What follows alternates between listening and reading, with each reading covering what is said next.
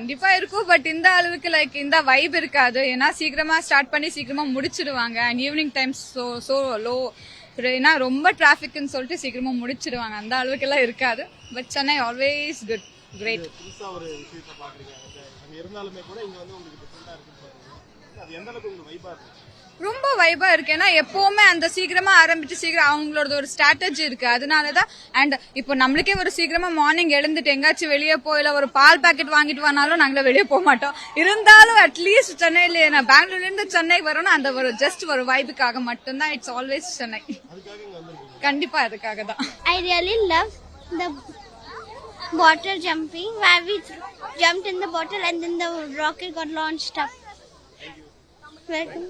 ரொம்ப நல்லா இருந்தது. ரொம்ப நாளைக்கு ஃபர்ஸ்ட் டைம் வந்தேன். ஓகே நல்லா இருந்தது. இதுக்கு முன்னாடி ஹாப்பி சிக்ஸ் சென்னையில நிறைய நடந்துருக்கு. நான் போனது இல்ல. இப்பதான் ஃபர்ஸ்ட் டைம் எக்ஸ்பீரியன்ஸ் எப்படி இருக்கு? நல்லா இருந்தது டான்ஸ்லாம்.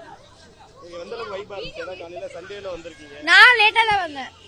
சோ அவ்வளோ பார்க்கல. டான்ஸ் மட்டும் தான் பார்த்தேன்.